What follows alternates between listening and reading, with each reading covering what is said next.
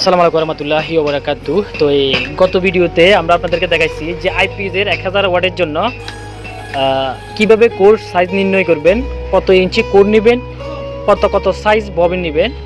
যদি ওই সাইজ অনুযায়ী ববিন না মিলে আপনারা কিভাবে ববিন বানিয়ে নেবেন, ওই ভিডিওটা বোঝানোর চেষ্টা করছি। আশা করি সবাই বুঝছেন। এরপরেও যদি কেউ না বুঝেন, প্রয়োজনে আমি আরও একটা ভিডিও আপনাদের জন্য তৈরি করব আরও সংক্ষিপ্তভাবে। যারা সহজে বুঝেন না, এইভাবে বুঝেন নাই, তারা সহজে বোঝার জন্য আমি আরও একটা ভিডিও তৈরি করব। তো আজকের ভিডিওতে আমি কথা বলবো এই 1000 ওয়াট আইপিএস ট্রান্সফরমারের জন্য, স্কোয়ার ওয়েভ এই ট্রান্সফরমারের জন্য কত ইঞ্চি ডিসিতে পাক দিবেন, কত ইঞ্চি এসিতে পাক দিবেন, ওই সূত্রটা আমরা আজকে বের করব। তো সবাই ভিডিওটা না টেনে সম্পূর্ণ দেখতে থাকুন। আশা করি ইনশাল্লাহ আপনারা বুঝতে পারবেন। আর আমাদের কথাবার্তার ভিতরে যদি ভুল ত্রুটি হয়ে থাকে অবশ্যই ক্ষমার দৃষ্টিতে তাকাবেন। তো চলুন কথা না বেরিয়ে কাজে চলে যাই। তো আমি আসলে মোবাইলটা ঠিক করতেছি আপনাদেরকে দেখানোর সাথে। তো আমি যদি হিসাবটা করি আপনাদেরকে, আমার এখানে কোরের যে সাইজ এটা প্রায় মানে 2.5 ইঞ্চির মতো আসছে, এই যে 2.5 ইঞ্চি। তো এই 2.5 ইঞ্চির জন্য আমি আগে একটু ছোটোখাটো হিসাব করে রাখছি যে 2.5, মানে এইভাবে 2.5 2.5 ইঞ্চি আসছে। তো এইভাবে কিন্তু আমাদের 2 ইঞ্চি। যদিও আপনাদেরকে দেখাই, অনেকজন আছে ভাই বলে ভাই মেপে তো আর দেখাইলেন না। তো এটা আসলে সব আছে কোর আর কি। তো এই ধরেন আমি নিলাম, এখানে সব আছে যেহেতু কোর 1 পয়েন্ট ধরেন 5 বললে 6 7 8, অনেকে এটাকে 8 ধরে। তো আসলে আমি এখানে এটাকে ধরবো 8 ধরলে ধরা যায়, আমি 1.8 ধরলাম যেহেতু বরাবর আছে 1.8 সমান। এখানে এটাকে আমরা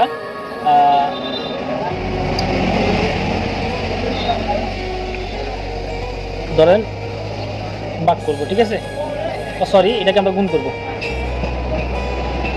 ধরেন এই যে এরিয়াটা আছে, এই এরিয়াটাকে কেন আমরা গুণ করব সেটা যদি আপনাদেরকে বলি, মানে আমার যে এই যে ববিনের যে সাইজটা আছে, মানে পুরো যে এরিয়া আছে, যে এরিয়াটা কতটুকু, এই জন্য এটা আসলে আমরা গুণ করব, ঠিক আছে। মানে প্রথম যে এরিয়া আছে, এরিয়াটা পূর্ণাঙ্গভাবে বের করার জন্য প্রথমে আমরা গুণ করবো, এরপর আমরা ভাগ করব। তো আসলে আমরা যদি একটু গুণ করে আপনাদেরকে দেখাই, তাহলে 2.5 গুণ 1.8 সমান আসতেছে কত, 4.50। তাহলে আমাদের সমান আসতেছে 4.50, ঠিক আছে। আপনারা কিন্তু খাতাতে দেখতেছেন 4.50। তো আমাদের আসলে একটা সূত্র আছে ট্রান্সফরমার ওয়েন্ডিংয়ের। আমরা যেহেতু পুরাতন কোড দিয়ে বেশি তৈরি করি, অনেকে আছে এখানে সূত্রটা ইউজ করে 7.0 হিসাব করে সূত্র আর কি। আগামী ভিডিওতে যেরকম একটা 5.58 এরকম একটা সূত্র ধরছিলাম, এই ট্রান্সফরমার ওয়েন্ডিংয়ের ক্ষেত্রে একটা সূত্র আছে আমাদের। তো এটা যেহেতু আমরা পুরাতন কোর দিয়ে এই ট্রান্সফরমার তৈরি করি, যেহেতু এটা ম্যাগনেট ফিল্ড একটু কমে গেছে, তো যেহেতু এটা সেকেন্ড হ্যান্ড, তারপরে আমরা কিন্তু এখানে 7.5 একটা সূত্র আছে, এটা আমরা ধরবো। তো এই 7.5 সূত্র দিয়ে আমরা একটা ক্যালকুলেশন করবো। আসলে ভিডিওটা কেউ স্কিপ করবেন না, স্কিপ না করে সম্পূর্ণ ভিডিওটা দেখতে থাকুন। যেহেতু আমাদের এখানে সূত্র, আমরা যেহেতু পুরান কোর ইউজ করি তাহলে 7.5 আপনারা দেখতেছেন কিনা জানি না, এখানে আমি কিন্তু 7.5, এরপর আমরা মানে ভাগ করবো আর কি, এটাকে ভাগ করবো।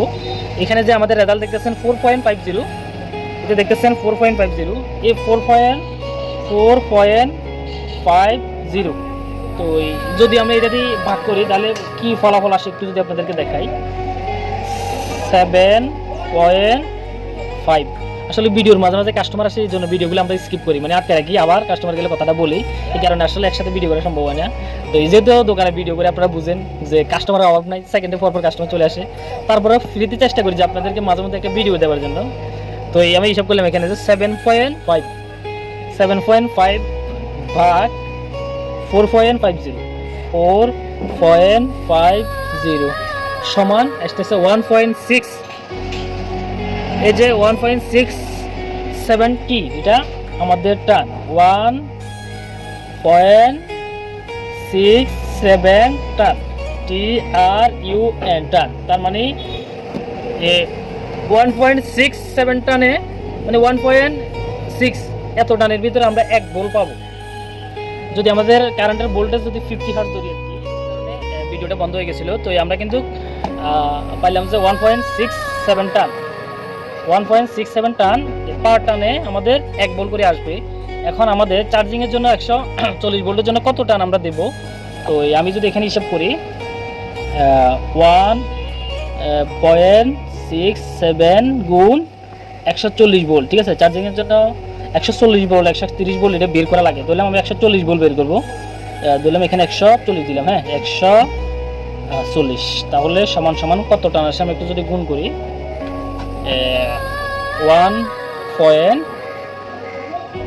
1.67 টান গুণ তাহলে 140 ভোল্ট, 140 ভোল্ট সমান আসতেছে কত? 140 ভোল্টের জন্য আমাদের আসলে 233টা টান আসতেছে, ঠিক আছে। 233টা টান আসতেছে 140 ভোল্টের জন্য। তো আমরা এখানে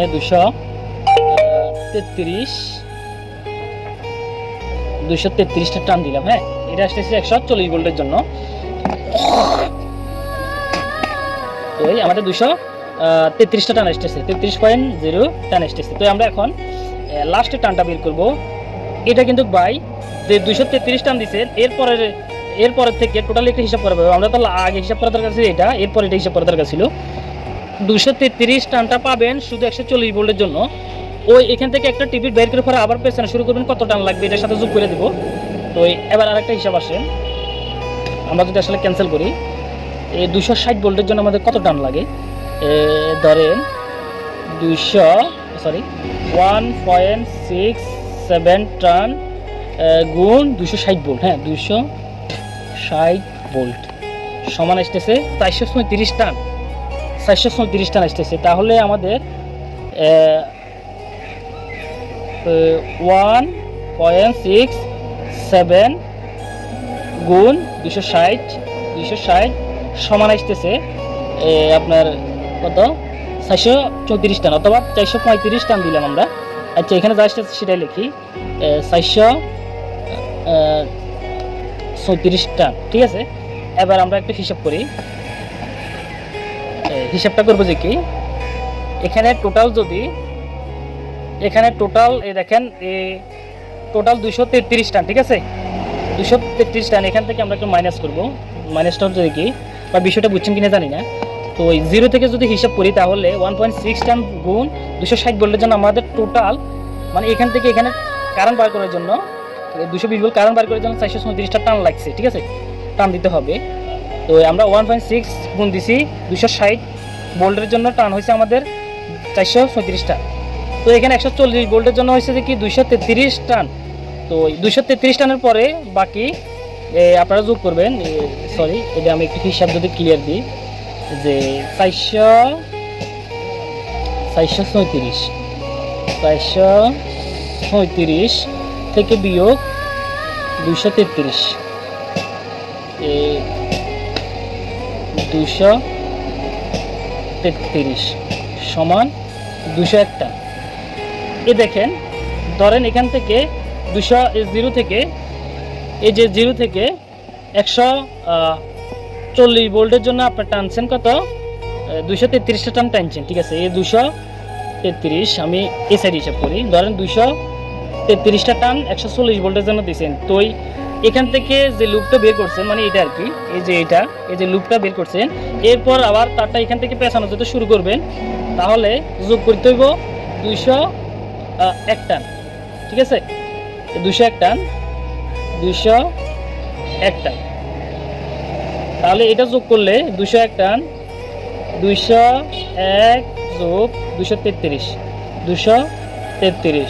সমান 437 টান। আবার ঘুরে গেলে একই আছে, মানে আপনারা তো বুঝছেন টোটালি কিন্তু তার একটাই হবে, এখানে দুইটা তার না, একটা তার পেছাতে 233 টানের উপরে একটা টিপিট বের করার পরে বাকি আরও 201টা টান দেবেন, তাহলে কিন্তু 250-60 ভোল্টের লাইনটা বের হয়ে যাবে।